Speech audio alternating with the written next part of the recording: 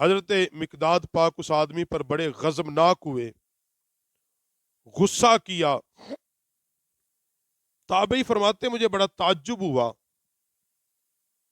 اور میں نے عرض کی کہ حضور بالا، بندے نے تو بڑی خوبصورت بات کی ہے، بڑی اعلیٰ بات کی ہے۔ تو حضرت مقداد پاک اس کی طرف متوجہ ہوئے اور فرمایا، تم لوگ اس حاضری کی تمنا کیوں کرتے ہو جس سے اللہ نے تمہیں غائب رکھا؟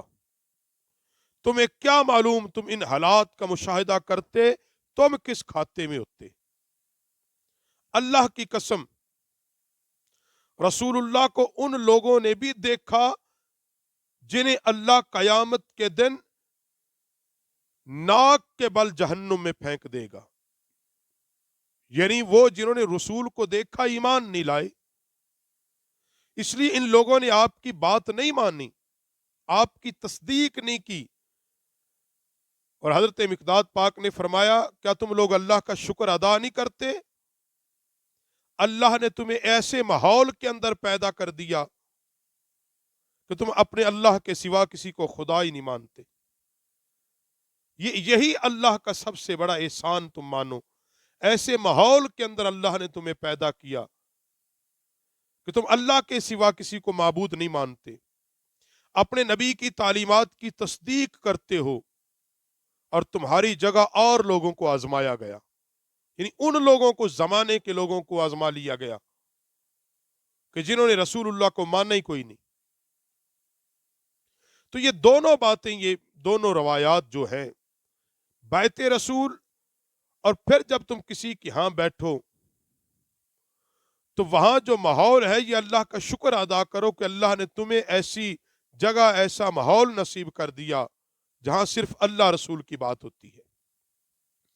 مرشد کا کام ہوتا ہے تزکیہ نفس، نفس کی اصلاح، اور قرآن پاک نے کہا، یا ایتھا النفس المطمئنہ ارجعی الی ربک راضیۃ مرضیہ فادخلی فی عبادی وادخلی جنتی۔ اے مطمئن نفس، اپنے رب کی طرف لوٹ جاؤ، تو اس سے راضی، وہ تجھ سے راضی، بس میرے بندے میں داخل ہو جاؤ، میری جنت میں داخل ہو جاؤ۔ اور کامیاب ترین لوگ کون ہیں؟ وہی کامیاب لوگ ہیں اپنے نفس کی شرکسی سے جو بچ گئے، کیونکہ انسان کا نفس اصل میں اس کا دشمن ہے، اور بہترین لوگ وہ ہیں جو نفس کو تابع کر دے اللہ رسول کے حکم کے۔ اور یہ چیزیں انسان کو کب نصیب ہوتی ہیں؟ جب اہل اللہ، اہل ذکر، اہل فکر لوگوں کی صحبت میں بیٹھو گے۔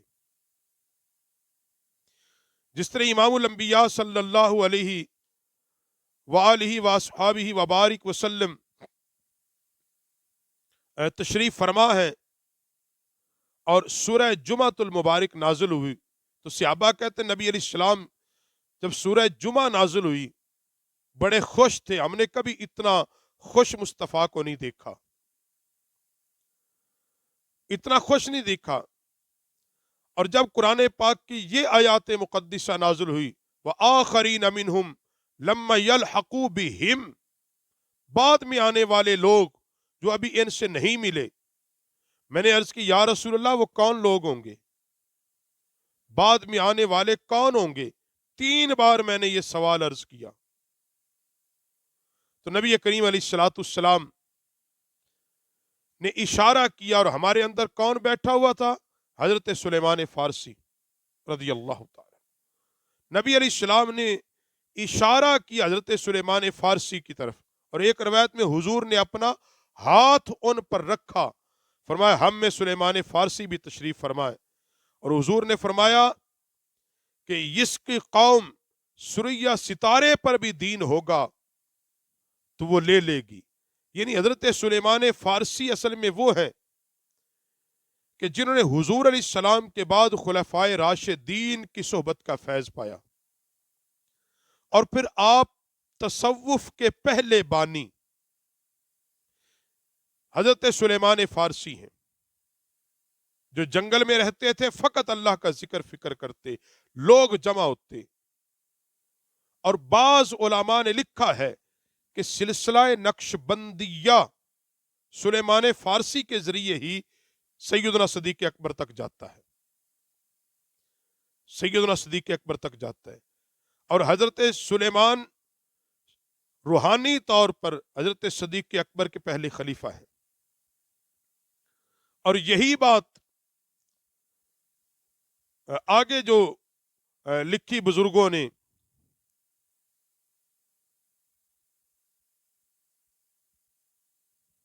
کہ ایک عورت اپنے شوہر سے کہہ رہی تھی کہ شام قریب ہے، اس جنگل میں ابو بکر حوار ہے.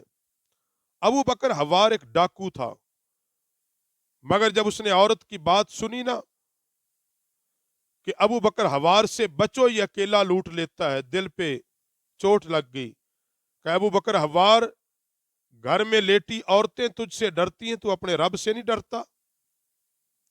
اور بات تزکیہ نفس کی ہو رہی تھی. قد افلح من زکاہا وقد خاب من دسا. جس نے اسے صاف کیا وہ فلاح پا گیا، جس نے اسے میلا کر دیا وہ خسارے میں رہا. اور اسی لیے امام الانبیاء صلی اللہ علیہ وسلم نے فرمایا بڑا مجاہد وہ ہے جس نے اللہ کی اطاعت کے لیے اپنے نفس کے خلاف جہاد کیا. تو بزرگان دین جو ہیں وہ یہی کام کرتے تھے کہ اللہ کی رضا کے لیے اپنے نفس کے خلاف جہاد کرتے، اپنے متعلقین، محبین، مریدین ان کو بھی اسی بات کی تعلیم و تربیت دیتے. میں ایک بات اکثر کہا کرتا ہوں کہ ایک خاموش تربیت اولیاء اللہ کیسے کرتے ہیں. جب آپ کسی ولی کی بارگاہ میں جاتے تھے لوگ، اب تو ایسا زمانہ نہیں ہے، بہت خال بہت کم ہے وہ طریقے تزکیہ نفس کے جو پہلے رائج تھے. تو بزرگوں کے ہاں جب کوئی آدمی جاتا تربیت کے لیے تو آپ سب سے پہلے اس کی جو ڈیوٹی لگاتے، کیا ڈیوٹی لگاتے کہ آپ لوگوں کی جوتیاں سیدھی کیا کرو.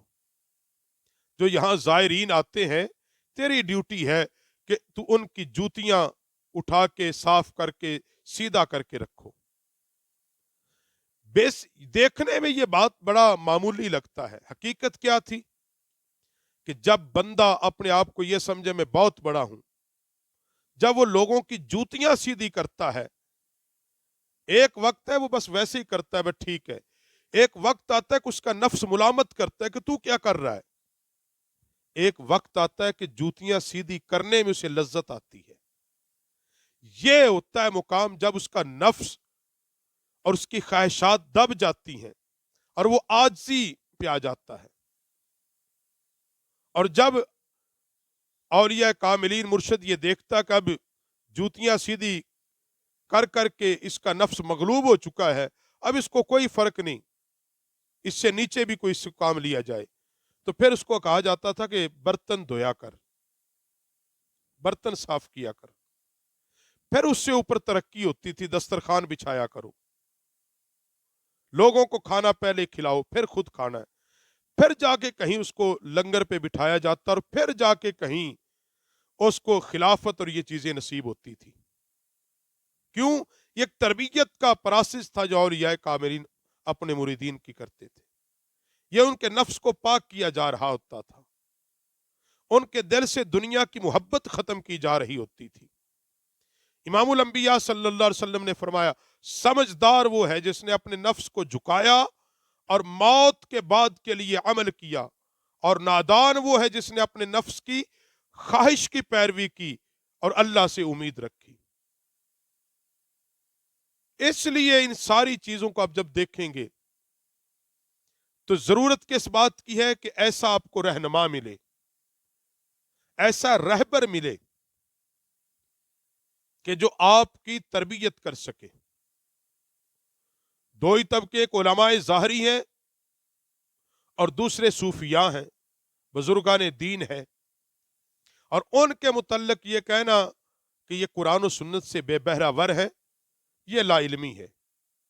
اولیاء کاملین